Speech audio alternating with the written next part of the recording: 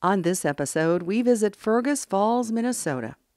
We talk with a member of the Bicycle and Pedestrian Advisory Committee. We learn about Pedal Fergus Falls. The West Central Initiative helps small towns with pedestrian issues. Finally, we meet an advocate in Regina, Saskatchewan. Stay tuned.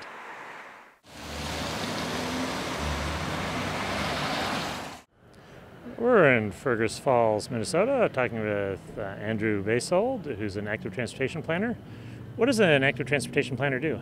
Well, for the most part, I just do bicycle and trails and pedestrian planning. I was here working in Fergus Falls for the West Central Initiative up until June, doing mostly safe routes to school plans for the local communities here in West Central Minnesota, which was a real pleasure, and I had a great time doing it. So, what is safe routes to school? Safe routes to school is doing some plans to make it safer for kids to walk and bike to school, and also to encourage more walking and biking to school as well, not just making it safer for the kids who are already doing it, but also to get more kids to actually walk and bike to school. So, yeah. And there's a Bicycle and Pedestrian Advisory Committee here that you're on. What's it all about? Yeah, so Fergus Falls has a Bicycle Pedestrian Advisory Committee, like you said, and so we're official committee of the city of Fergus Falls, and we just let the city know of any type of issues that might be presenting a hazard to bicyclists and pedestrians. We walked around earlier today. We saw a couple places where drivers were parking their cars on the sidewalk, where sidewalks weren't in great condition, intersections and crosswalks being blocked, or the sight lines being blocked by illegally parked cars. Also issues related to bicyclists, like the sharrows we have here on Lincoln Avenue, was a solution that came through from Bicycle Pedestrian Advisory Committee and with the help of Pedal Fergus Falls to get people off the sidewalk and hopefully onto the street. So, yeah. And who does the committee advise? I mean, when you discuss an issue, where do your recommendations go? We typically the city engineer, and sometimes to the planning department or the planning committee.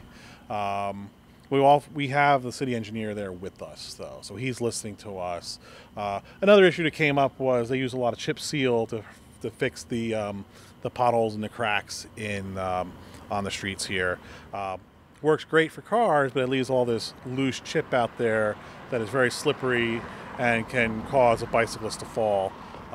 So we've been telling them, hey, you got to get a little bit more active in doing your sweeping after the chip is set. Let's get that cleaned up so you don't have as many hazards for the bicyclists. So that's an example of what we did. Also, we did recently worked very closely with the city and a consultant to get our first bike lanes at least planned and designed, which are going to be coming over onto Cascade Street a couple blocks over. Pretty straightforward, straight from the AASHTO guidebook, but it's a beginning, to get at least our first bike lane here in town. Now, most of the roads you deal with belong to the city and they have control over, or do you have state roads that are an issue? Actually, mostly county. We don't have that many state highways going through Fergus Falls. Lincoln Avenue, just a block over, used to be State Highway 210, but that was then rerouted in a bypass using both the interstate and then a new section of highway. So that's kind of good. It does alleviate the heavier truck traffic out of downtown, which really doesn't need to come through town. But mostly we're dealing with the county, and the county's been quite receptive. Fortunately, the county is also right here. The county seat is here in Fergus Falls, and their offices are just right here in town, so we interact well with them. Plus, myself and a lot of my colleagues who also sit on the Bicycle Pedestrian Advisory Committee here in town have professional relationships with members of county government as well. So we have a good relationship with them, and they respect our opinions and know that we're coming from a good source of authority as well. So, what's the ultimate goal? What if I were to come back in several years, what would the committee like to see the town and the county achieve? Yeah, that's a very good question. I mean, I think want to achieve and what we want to see Fergus Falls become is a community where people think their first choice is, hey, I'm going to walk downtown. It's a beautiful place. I'm going to walk past these beautiful shops, beautiful houses, inviting streets. I'm going to walk down here instead of taking my car. We also want it to be a community where parents feel safe letting their kids ride a bike all over town. Pretty much have that now. I mean, it's quite idyllic and coming from the East Coast, I kind of consider Fergus Falls to be a bit of a Norman Rockwell type community where I still see kids riding their bikes and playing and stuff. But I want to see more of that. We want to see kids come down to the sandwich shop here with their bikes and have it be have the physical conditions be that parents feel safe letting their kids. Johnny can say, hey, Mom, I'm going to the sandwich shop. And Mom's like, yeah, sure, no problem. I feel safe. Or going to the library across town, which, if you're on the north side of town, you have to traverse the entire downtown and part of the older industrial sections. I'd like to see the community become just a very safe place for kids, to be able to walk and ride a bike. And we have also seniors here in the community. A lot of them are not as ambulatory as they used to be. I want them to be able to traverse town on their own power or in a power chair or whatever means they have available to them safely and comfortably. So that's what I'd like to see happen here at Fergus Falls.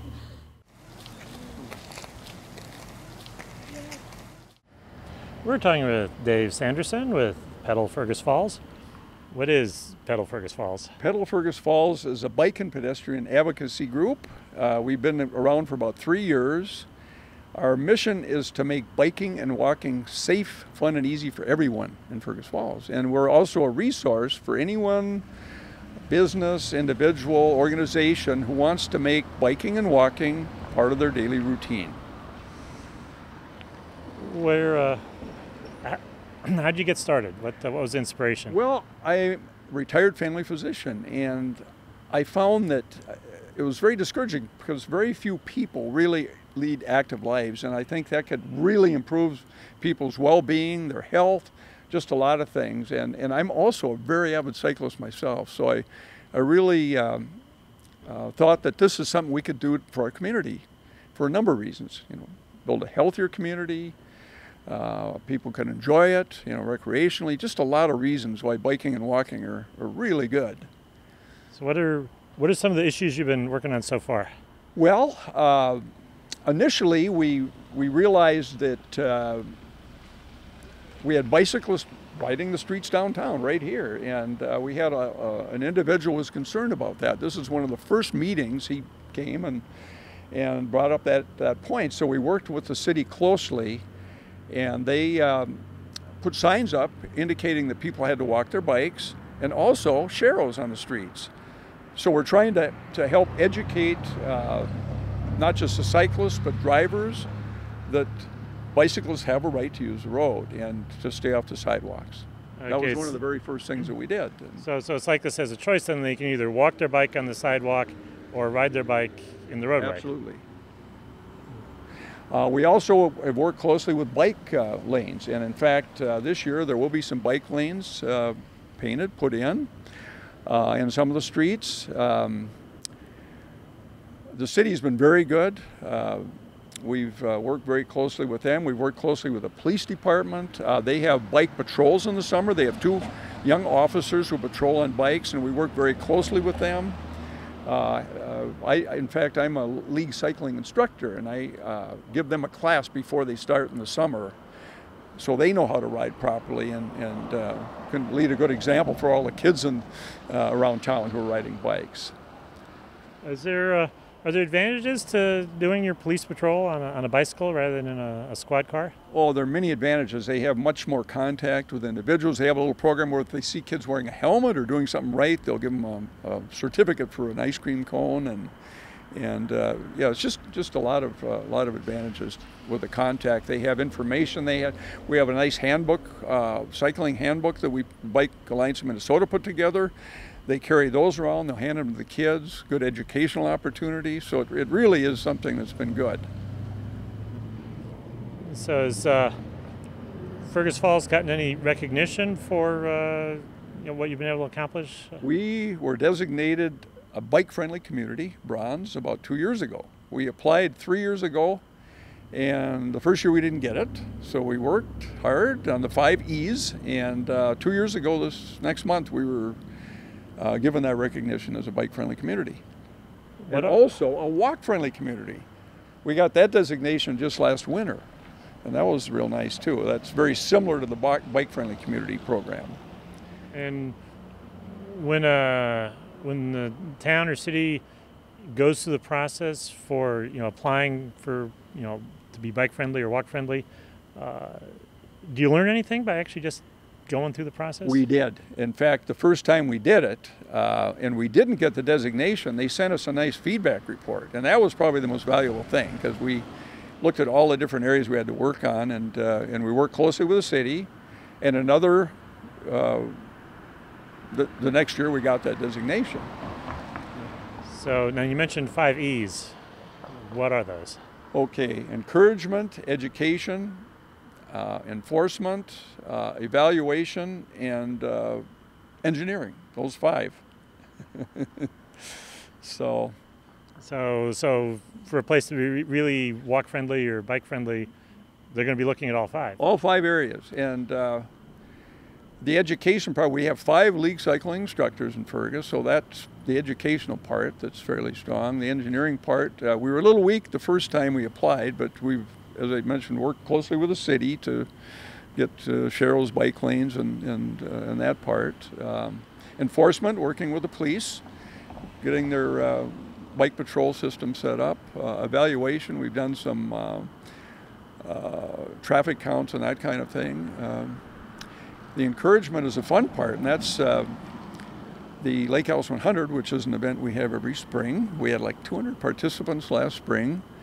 It's 100 miles around Lake Alice. It's 88 times around the lake, but we have people of all types of riding. Some people ride 2 laps, some do the whole thing.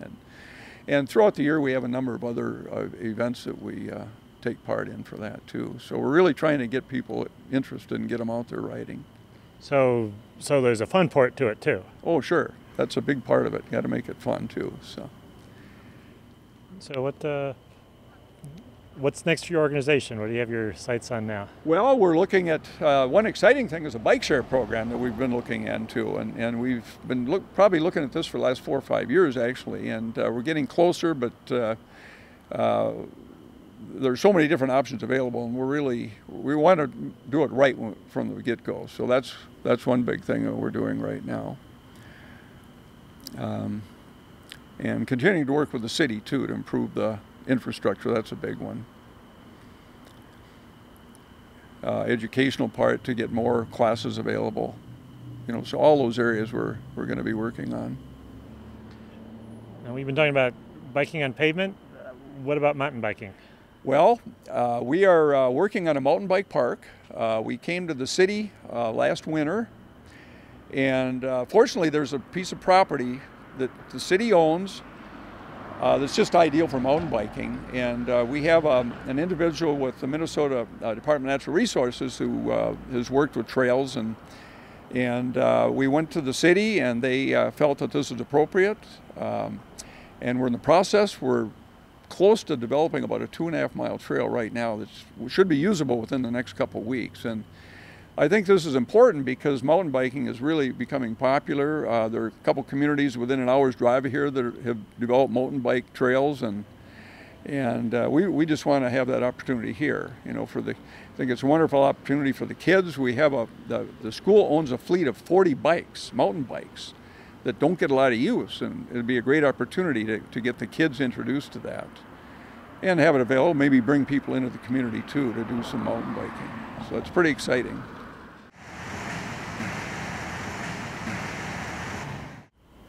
We're talking with Wayne Hurley, who's planning director for the West Central Initiative. What is the initiative? So West Central Initiative is a regional foundation that covers a nine county area in West Central Minnesota. And we have a variety of different programs, including grant programs, loan programs, early childhood programs. Personally, I am a transportation planner. And so I work with the Minnesota Department of Transportation to do transportation planning in a 9-county area. And a lot of my focus ends up being on bicycle and pedestrian issues. And is this a fairly rural area? What's the place like? Yeah, it's a fairly rural region. The total population of the region is around 250,000 or so. Our largest city is Moorhead, Minnesota, which is on the Minnesota side of the Fargo-Moorhead metropolitan area, and Moorhead's about 40,000 people. And then we have a smattering of cities that are in that 10,000 range, 3 or 4 cities of that size, including Alexandria, Detroit Lakes, and Fergus Falls. And the city of Morris, which is a host to the University of Minnesota Morris, is about 5,000 people, and everything else is much smaller than that. So a lot of small towns. What sort of pedestrian issues do you have in towns that size? You know, it's interesting, John, because you have these small communities, and just by the nature of how big they are, they're inherently walkable. They're very small. You can get from one end of town to the other in a short walk, and people have gotten to a point where they don't even think of that as an option anymore. They just instinctively hop in their vehicle and drive from, whether it's a block away from their home to the grocery store or to church or to work or whatever it is. And so one of the things I think that we try to focus on a lot is doing some education and trying to do some encouragement and get people thinking about walking as a mode that kind of has just fallen by the wayside to a degree. So they could just take advantage of what they already have. Exactly. Yeah. A lot of these towns, I mean, they've got good bones. They've still got good infrastructure, and a lot of the sidewalks were built, back in the WPA days and up through into the 50s and that sort of thing. And a lot of them are still in decent shape, and so there's decent infrastructure out there in a lot of cases. Now, there's a lot of cases too where they've torn out sidewalks, and so we do want to go in and help communities that want to rebuild those networks and try to identify where they should prioritize those investments. So we do a lot of that sort of thing. We do a lot of work with Safe Routes to School, and so that kind of flows right into the pedestrian work that we do, and trying to encourage and educate people about walking and using different modes of transportation. And do you still have neighborhood schools here, or do they tend to build them out of the cornfield at the edge of town where nobody can walk to them? It's a mixture of both. The community that we're in right now, Fergus Falls, has neighborhood schools, and they're all very walkable. They're right in the neighborhoods. They're set up really nicely for kids to be able to walk and bike to school. We've got other communities. Alexandria, for example, just built a new high school kind of out on the edge of town. It's in an area that really would probably not be somewhere where anybody would walk or bike. And so we've got a little bit of both. In the small towns, generally, the schools are, if they're not right in town, they're on the edge of town. But again, being small in size, the edge of town is still very walkable. And so one example is the city of Rothsay, which is just up the interstate a little ways from Fergus Falls. They built a brand new school right on the edge of town, but it's still very walkable from the entire community. So generally, they're still pretty walkable. So how do you get started if you looking at a small town that maybe hasn't paid attention to pedestrians for a while? Yeah. Where do you start? Well, one of the first things we do is we try to pull together a group of people that are interested in talking about it, for one thing. We usually are responsive to communities that express interest in it. So we've generally got some interested folks that have come together, and they know we're a resource that they can call on. And so we will go in and work with them and help them identify what their assets are. So we'll do some walking audit sorts of things and identify what they have. And then from there, just kind of where they can go, as far as if they want to do some infrastructure or if they're looking at other types of projects or that sort of thing. So just kind of being there as a guide and a resource for them, and not necessarily going in and telling them you should do this or that, but saying, kind of find out what do they want? What do they want their community to look like? How do they want it to feel? What are their goals? And work with the community and the members of the community to achieve those goals. And the National Walking Summit just finished up in St.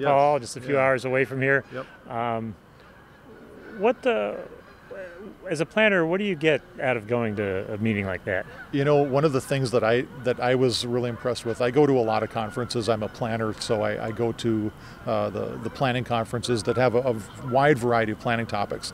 And because my specialty is transportation planning, and more specifically focusing a lot on active transportation planning and walking and biking, I end up in a situation where I'm at the walking summit and I'm looking at the offerings of the sessions, and I'm thinking, wow, I can't pick because there's so many great things here, and these are all things that I want to learn more about and be able to take some ideas back to my region, because there's a lot of great work going on around the country, and to be able to get those resources and identify people that are doing different projects and trying different things, just to bring those ideas back here and see if we can implement some of them is really a great opportunity. Is there more information for the planning profession on walking and walkability than there used to be? I would say so. Yeah, I feel like there's a lot more out there. I mean, if you go back in history, a lot of city development and urban development was focused around the automobile for so long. I think we've kind of come back. I don't know if you'd say full circle entirely, but it's come back quite a ways, and there's a lot more focus on livability and things like that, and that includes making places walkable and bikeable, and incorporating the arts and all sorts of things like that. And so I think we're seeing a lot more of that than we ever used to, at least in the 20 years that I've been doing this. So what defines success? You work with a community that wants to become a little more walkable. What would indicate that you and they working together did a good job? I think if at the end of the process they feel like they've got some direction, I think that's a huge win right there.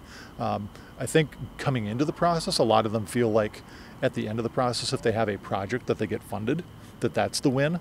But I think once they go through the process and identify some of the things that it goes beyond infrastructure. Like I talked about, the education and the encouragement, and there's enforcement issues and other things that we look at as well.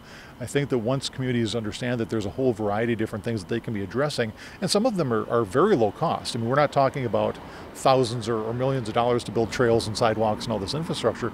They can have small, quick wins that dramatically change the walking environment in their community. And so to identify some of those opportunities and have them feel like they can take those and move forward and start implementing some things right away, that's really very satisfying.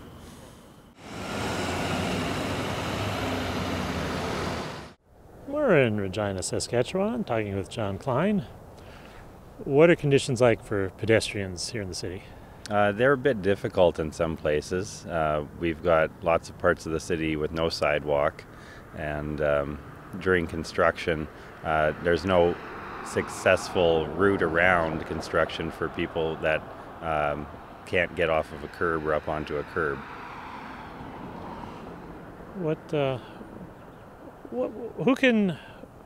Who can solve those problems? Who do you have to talk to try to get more sidewalks in, try to get access maintained during construction? I think it's up to City Hall, and who's in City Hall is up to people. So you could either blame the citizenry for that situation, or you could probably point the finger at City Hall for not keeping up with the times and keeping things accessible for people. What's the city doing right? There's quite a few things done right. I really enjoy the multi-use pathways through Wascana Park, which is the largest park in the city and one of the biggest urban parks in North America, actually. It's a great place for cyclists, for pedestrians, and people that want to get away from the routine traffic, like the stuff behind us right now. What are conditions like in the city for bicyclists?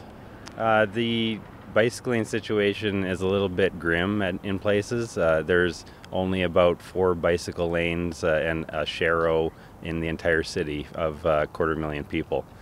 So it's pretty difficult to get around and feel like you could take your 5-year-old with you because there's no dedicated cycling infrastructure aside from those multi-use pathways in the park, and those are intended mostly for recreation and not commuting.